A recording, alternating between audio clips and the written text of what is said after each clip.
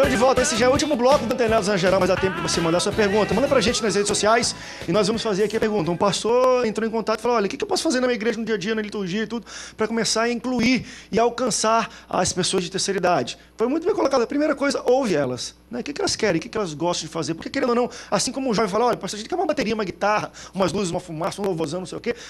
Eles têm um gosto musical deles, o jeito deles, a didática deles, que é totalmente diferente. E claro que a gente tem que entender que, às vezes, um culto que inclui a família inteira tem que ter um pouquinho de todos.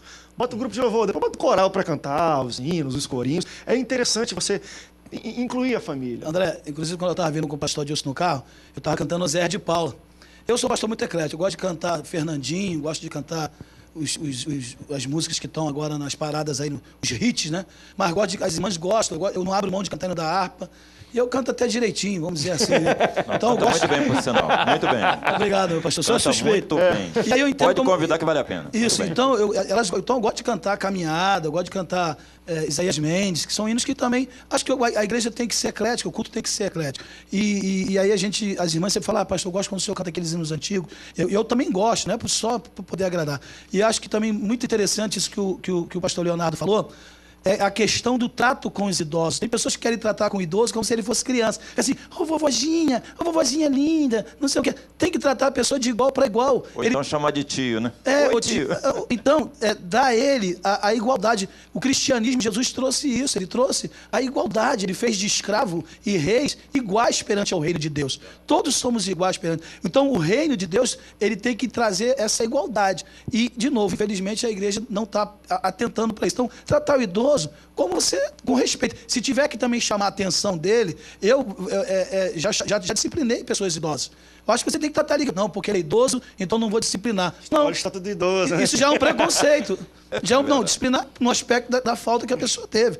Então, você tem que tratar como igual. Seja criança, seja idoso, porque a Bíblia fala que Deus não faz acepção de pessoas.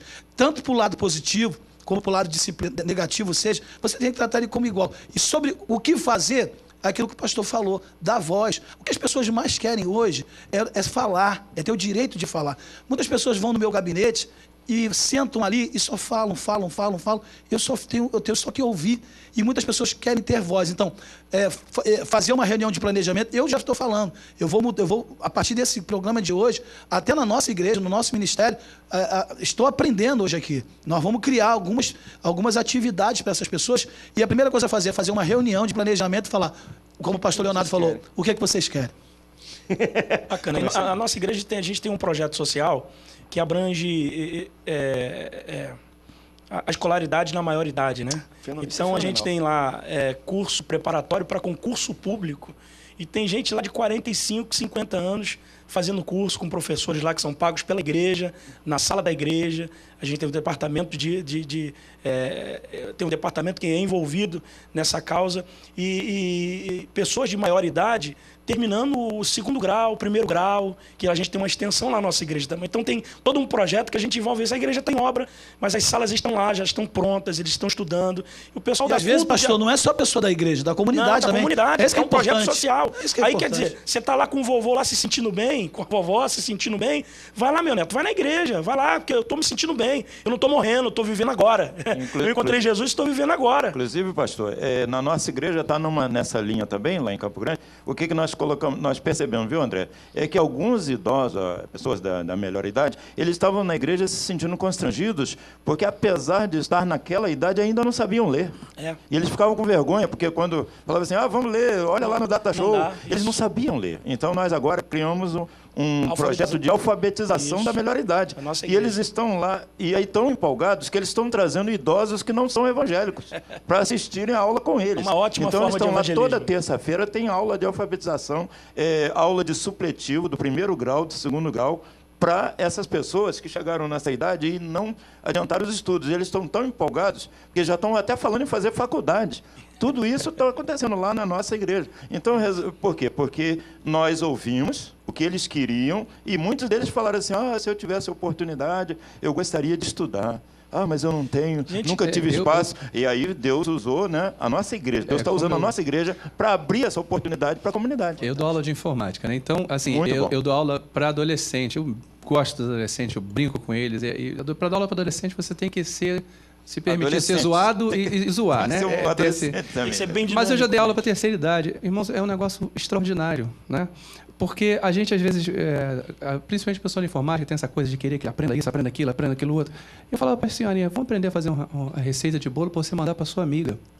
Então, é questão da utilidade também. Não é só questão de você dar aula, por exemplo, fazendo o segundo grau, não é só uma questão de, ele vai fazer vestibular? Provavelmente não. Mas é questão de você se sentir útil, se sentir participante, né? Então, o pessoal da terceira idade com esse negócio do Skype já falou, olha, eu quero botar esse negócio lá no meu computador, eu quero botar no meu tablet, Quer dizer, isso dá para fazer. A tecnologia hoje não é tão complicada quando eu comecei, há 30 anos atrás. Então, você ter esses facilitadores de conexão, de interatividade, pro lado benéfico. Todo mundo fala mal do Facebook, né? Mas o Facebook pode ser uma benção se você usar, o Skype pode ser uma benção se você usar da maneira correta. E, na realidade, é o seguinte, o pessoal, eles se satisfazem com coisas simples. O pessoal manda bilhete lá, eu quero dar um culto de ação e graça porque eu me formei no primeiro grau. Quero dar um culto de ação e graça porque eu aprendi a escrever. Agora eu estou assinando meu nome. Você sabe o que é isso? Isso não tem preço. E uma coisa muito interessante, claro que e tem os dois lados da coisa, né? Mas assim, uma pessoa da terceira idade, embora a gente fale, não tem problema, que já está apresentando não sei o quê, tem que ser tratadas. A gente está falando um pouco sobre isso, mas existe talvez aí uma crise muito grande que pessoas da terceira idade passam por várias situações diferentes, talvez de, poxa, até aqui que não consegui realizar muitas coisas na minha vida, ou, poxa, a gente falou isso aqui no intervalo, ser até explorado por familiares, não sei o que, de empréstimo para tirar porque já está idoso, aí tira empréstimo, daqui a pouco morre e fica por aí mesmo. E existe muitos deles que precisam de cura mesmo, de uma mudança muito grande, não só, como a gente falou aqui, entretenimento. Eles querem ter uma experiência real dentro da igreja, uma participação, mas não só música, poxa, boa pregação, mas querem ter um acompanhamento. Então é muito interessante aquilo que eu acho que o Leonardo também falou, de levantar líderes entre eles, onde eles entendam a linguagem um do outro, entendam os problemas que eles estão passando, que são provenientes daquela idade, porque às vezes talvez um pastor, vamos dizer assim, mais jovem, lá para os seus 40 e poucos anos, não tem essa dimensão, né? Talvez nem pense nisso, e isso é uma coisa que pode afetar muito. Só para fazer um adendo, voltando ao texto bíblico, a participação de Lloyd na preparação de Timóteo. Timóteo era um jovem super bem quisto, né, na cidade dele, em Listra, e por quê? Porque ele tinha uma preparação da avó e depois da mãe, porque o pai era grego, então não seguiu a tradição. O pai não seguiu a tradição, mas nem por isso a mãe e a avó se abstiveram de educar aquele menino nos caminhos do Senhor. Tanto que Paulo o reconhece, vê a capacidade do menino e de todos aqueles jovens escolhe justamente Timóteo, por causa do testemunho dele, já jovem, que aprendeu com a mãe e com a avó. Então a gente tem muita coisa que a gente às vezes perde porque a gente não observa direito a terceira idade. O texto de Caleb é uma paulada, né? É uma paulada na baixa estima. Tinha 40 anos quando o Senhor me prometeu, agora eu tenho 85. Eu estou forte hoje como no dia da promessa. Então, tanto ele quanto Josué. O Moisés começou o ministério com 80 e ficou 40 ainda lá no ministério do deserto. Né? Então, não tem por que desanimar, não tem por que... Noé, Abraão, tá bom, a expectativa de vida era diferente, mas e aí? Né? E aí, não tem por que desanimar, não pode baixar a cabeça, falar que a coisa acabou, que o tempo passou, nada disso, dá para viver muito ainda, dá para viver muito. E deixa eu fazer uma pergunta, talvez seja a pergunta que vai até o final do nosso programa, e acho que a gente debateu sobre várias vertentes, sobre a terceira idade, a sua participação, a sua representatividade da igreja, a sua fidelidade, né, na frequência, talvez em fazer aquilo que muitos crentes deveriam fazer, vamos fazer isso aqui, não vamos orar, vamos deixar para o grupo de oração, que às vezes é mais feito por irmãs da terceira idade, também tem uma questão também sexual de homem não ora tanto como as irmãs, enfim, a gente pode debater isso em outro programa. Mas até hoje eu consigo ver por que, então, a grande maioria ainda de investimento de tempo, de dinheiro, de recursos, de energia das igrejas são voltadas para iniciativas que tendem a ser mais jovens do que de terceira idade. Porque miopia, não entende, não está vendo, não... A igreja, André, ela, queira ou não queira, hoje, mais do que nunca, ela é um pouco reflexo da sociedade. A sociedade, infelizmente, é totalmente influenciadora da igreja. Quando no passado a gente pensaria na igreja ter festa jesuína, que é a festa junina, tem todos os quesitos que tem, só não tem o quentão, mas daqui a pouco vai ter. Então, daqui a pouco vai ter. Essa foi do fundo do baú. Então, o que acontece? A igreja é igual a mídia. Você vê uma propaganda, você não vê um comercial de um casal idoso acordando, a esposa acordando, eles se beijando. Só se for empréstimo. Se for empréstimo, sim. aí. Então, por que a igreja? Porque não é lucrativa. Vamos ser sinceros. A gente está pensando nas coisas. A igreja investe muito mais em jovem, porque a perspectiva é maior. Até ainda que o idoso seja muitas vezes mais fiel nos seus dízimos, nas ofertas, mas os jovens, eles são, como dizia, o futuro. É como se pegássemos e descartássemos essa gama de pessoas como se elas estivessem já obsoletas. E não é. E a própria Bíblia, você vê que a Bíblia ela é totalmente inclusiva. Deus se preocupou com os estrangeiros, Deus se preocupou com as viúvas, Deus se preocupou com os pobres. Deus sempre teve essa visão ampla que a igreja contemporânea está perdendo. Algumas não, algumas são exemplos. Mas a igreja é reflexo da sociedade. Então, a sociedade quer vender produtos para jovens, a sociedade vende moda para jovens, a sociedade vende... Por quê? Porque é o mercado que traz o lucro para eles. Como eu falei, ninguém faz uma propaganda de idosos, a não ser, como disse o Leonardo, a não ser que seja para empréstimo consignado. Infelizmente. E a sociedade, ela também traz a questão do idoso como alguém que já está no final de vida. Você vê um filme, quando você vê um filme, o personagem idoso, normalmente ele vai morrer naquele filme. É o sempre que morre, é o bucha. Botou o idoso no filme, ele vai morrer. E o jovem não, é o que ganha. Você vê que Silvio Santos é um exemplo. É um cara que está já mais da terceira idade, mas está aí na mídia. E graças a Deus, a igreja precisa olhar para isso também e trazer essa força. Que a própria sociedade está mudando quanto a isso. A gente falando na longevidade da terceira idade, a participação. A gente falou daqui a 50, 40, 50 anos, o que os estudos mostram é que 1 em cada 3 brasileiros será da terceira idade, acima de 60 anos. Então, vai mudar esse cenário aí. Eu acho que a gente tem que ajustar o foco, como você falou do miopia, eu gostei dessa palavra, porque esse problema, por exemplo, nós já temos na Europa. O problema da crise na Grécia não foi outro, senão a quantidade de pessoas que estavam no mercado de trabalho. Eles se aposentavam com 50, 55 anos e não tinha mais quem produzisse. Então, a gente está...